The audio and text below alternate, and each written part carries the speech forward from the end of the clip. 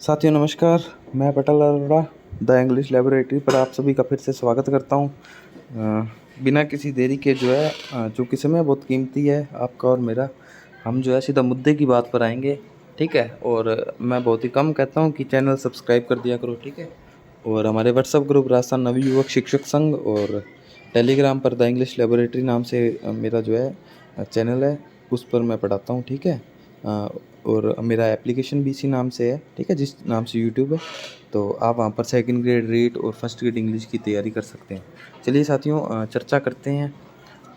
आज की जो हमारा मुद्दा है कि अब बोनस अंक हटा दिया और अब आगे की क्या प्लानिंग रहने वाली है हमारी तरफ से, डिपार्टमेंट की तरफ से। तो मैं थोड़ा सा आपको ब्रीफिंग कर देता हूँ इस बारे में।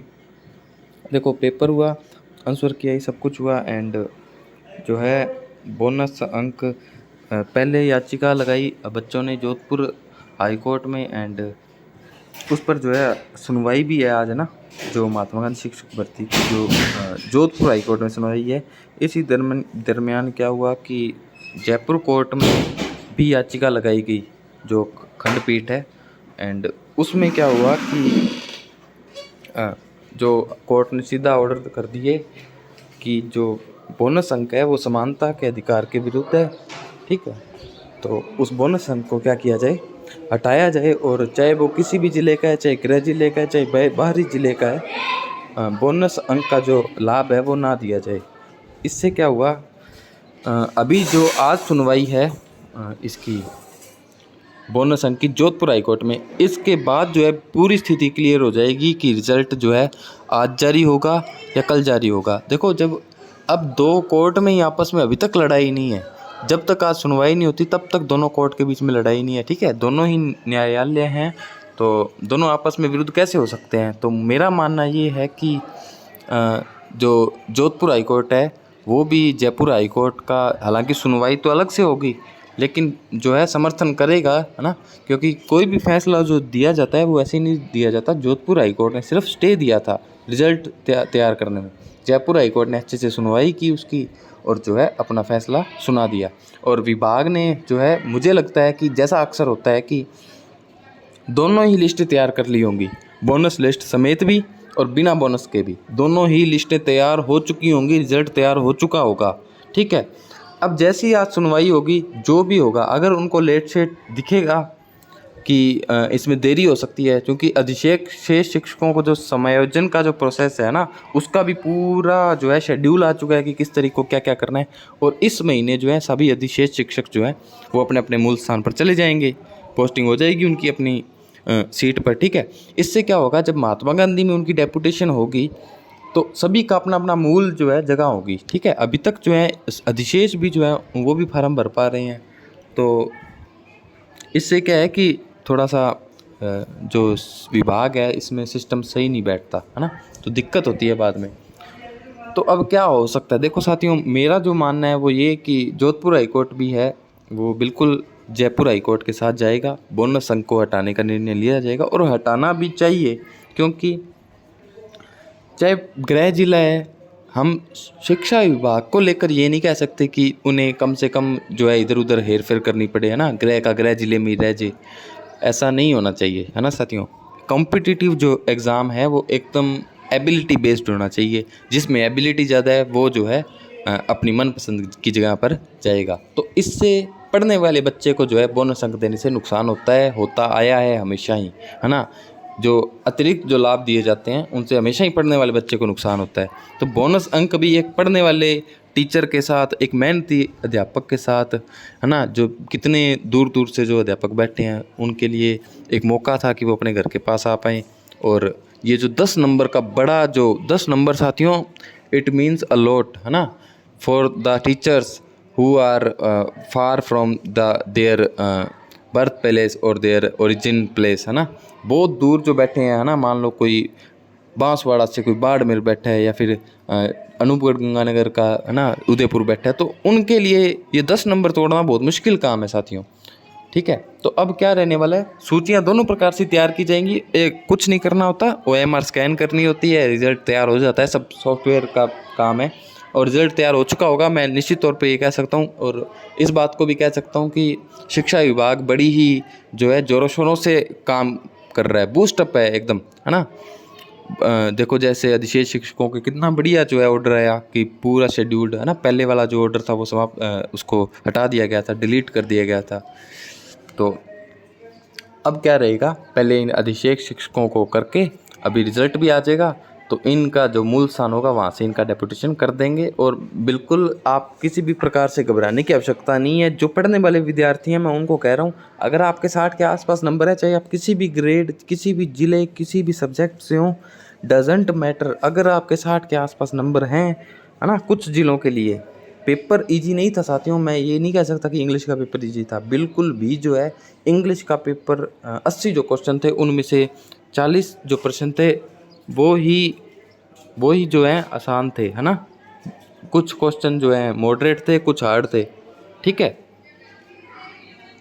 तो पेपर इजी नहीं था, 80 में से 40 वो मान लो, और 20 के 20 भी अगर आप योजनाओं के क्वेश्चन सही करते हो तो भी 60 नंबर ही बन पाते हैं, ठीक है। और मुझे नहीं लगता कि इंग्लिश सब्जेक्ट के अलावा कोई अच्छा विद्यार्थी भी होगा तो 80 में से 50 से ऊपर भी कर पाया होगा, क्योंकि नेगेटिव मार्किंग थी तो क्वेश्चन जो है छोड़ने भी थे, है ना। तो ये जो प्रोसेस है आपको अच्छा लगा होगा, ठीक है। और वीडियो ज़्यादा लंबी ना हो इसलिए मैं जो है अपनी बात को समाप्त करूंगा। एक जो और बात, डीपीसी भी करनी है, 6D भी करनी है, 3B भी करनी है ना, ये सब जो है अधिशेष कार्मिकों को जो पोस्टिंग देकर कर दिया जाएगा। और आप लोग मेरे साथ बने रहिया करिए, है ना। चैनल को सब्सक्राइब करते हो, वीडियो शेयर करते हो तो अच्छा लगता है और कोई दिक्कत नहीं है। हालांकि मुझे तो इससे कोई लाभ नहीं है, मैं फिर भी जो मेरे जो टीचर साथी हैं उनकी मदद के लिए जो है वीडियो बनाता रहता हूँ। और एक जो मुद्दा और है कि जो अभी ये जो रीड शिक्षक भर्ती है उसका रिज़ल्ट भी जो है रिवाइज़ करेंगे, है ना।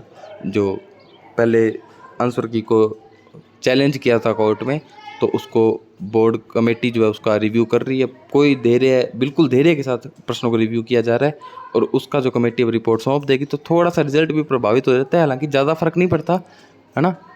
लेकिन जो लगे हुए शिक्षक हैं उनको हटाने की संभावना बहुत ही कम रहती है, उनको हटाएंगे नहीं। हो सकता है कि जो पद खाली रह गए हों उनकी जगह उनको दे दें। तो सरकार जो है थोड़ा सा यहाँ पे जो सहानुभूतिपूर्वक विचार करती है, ठीक है। गलती हमारी नहीं, है ना, क्वेश्चन बनाने वाले की गलती, उत्तर आंसर की बनाने वाले की गलती, तो इसकी जो भुगतान एक विद्यार्थी क्यों करे, एक शिक्षक क्यों करे जो सिलेक्ट होके आया है, जो अपनी मेहनत करके आया है, ठीक है। और जो साथी बार बार कमेंट करते हैं कि सर इतने नंबर हैं इस जिला मिल जाएगा, तो अच्छी बात है, आप कमेंट कीजिए, मैं रिप्लाई करता हूँ। लेकिन मैं आपको एक बता दिया कि 60 एक एवरेज नंबर हैं महात्मा गांधी शिक्षक भर्ती में। आप अगर बहुत दूर हैं तो आप अपने घर से बहुत पास आ जाएंगे अगर 60 प्लस बन रहे हैं आपके, तो ठीक है। अगर कोई 600 किलोमीटर दूर है और अगर वो 100 किलोमीटर पे आ जाता है तो मैं इस चीज़ को कोई ज़्यादा गलत नहीं मानता हूँ। उसके लिए देखो वैसे तो जितना मिले उतना ही कम है, लेकिन अगर आप 500 किलोमीटर का लाभ ले पाते हैं तो इससे अच्छी बात और क्या हो सकती है ना। तो जो ये जो प्रोसेस है महात्मा गांधी शिक्षक भर्ती की, ये बिल्कुल ही जो है तेज़ी से जो है आगे बढ़ रही है। और इसी महीने जो है बहुत बड़ी जो है हेर फेर तो क्या कहें, इसको उठापटक कह सकते हैं, उठापटक होने वाली है महात्मा गांधी शिक्षक भर्ती की भी, डीपीसी की भी। सब जो प्रोसेस है बहुत तेज़ी से चल रहा है साथियों, ठीक है। ट्रांसफ़र्स भी करने हैं लेकिन वो थोड़ा सा टाइम लेंगे, क्योंकि जब विभाग एक लय में आ जाएगा ना, जब ट्रांसफ़र करने की स्थिति में आ जाएगा तो बिल्कुल ट्रांसफ़र भी होने वाले हैं। और हम भी जो है पूरा सहयोग करेंगे इस चीज़ में कि बिल्कुल किसी को भी जो है ट्रांसफ़र करवाने में दिक्कत ना आए। उनका जो है ईजीली एक आसान प्रोसेस से, नीति के माध्यम से। साथियों जब नीति बन जाती है ना तो गवर्नमेंट के लिए बाध्यकारी होता है कि उसको ट्रांसफ़र की जो पॉलिसी के जो अंदर आ रहा है उसका ट्रांसफ़र करे। चाहे थोड़ा सा इतना वेट किया, थोड़ा सा और वेट कर लो, ट्रांसफ़र पॉलिसी पर जिस दिन मोहर लग जाएगी तो व्यक्ति जो है, एक टीचर जो है चैलेंज कर सकता है कोर्ट में जाके कि मेरा ट्रांसफ़र होना था, नहीं किया। तो उससे जो है सरकार पर निर्भरता कम होती है, ये एक ऑटोनोमस प्रोसेस हो जाएगा ट्रांसफ़र होना, है ना। तो महात्मा गांधी शिक्षक भर्ती भी एक प्रकार से अस्थायी रिलीफ है 3 साल के लिए, ठीक है। तो ट्रांसफ़र भी होंगे, सब कुछ होगा। अधिशेष कुछ तो अधिशेष जो 50-100 किलोमीटर पे अधिशेष में ही अपने घर के पास आ जाएंगे। ठीक है। तो ये सब बातें आप जो है बने रहिए, और जो अधिशेष वाली जो न्यूज़ आई है उस पर भी मैं एक वीडियो बना दूंगा। आप लोग बने रहना मेरे साथ, चैनल को सब्सक्राइब कर देना। वीडियो 10 मिनट की हो चुकी है। मैं वैसे ही बहुत तेज़ बोलता हूँ क्योंकि समय बचाने की कोशिश करता हूँ, और समय मेरे पास कम होता है ना आपके साथ इंटरेक्शन करने में। आपका कोई भी क्वेश्चन हो तो आप कमेंट सेक्शन के माध्यम से बताइएगा, मैं उसका रिप्लाई देने के लिए हमेशा तत्पर हूँ। ठीक है, अच्छी लगे तो भी बताना वीडियो, ना लगे तो भी बताना। कुछ साथी नाराज़ होते हैं तो वो भी हक से होते हैं। ठीक है, और स्वागत है जो अच्छे कमेंट नहीं भी करते हैं, गलत कमेंट करते हैं तो उनका भी स्वागत है। सब लोकतंत्र है, जिसको जैसा अच्छा लगता है वैसे कर सकता है। तो ठीक है साथियों, मिलेंगे किसी नई वीडियो में किसी नई बात के साथ। तब तक के लिए राम राम। चैनल को सब्सक्राइब कर देना। जय हिंद, धन्यवाद, राम राम।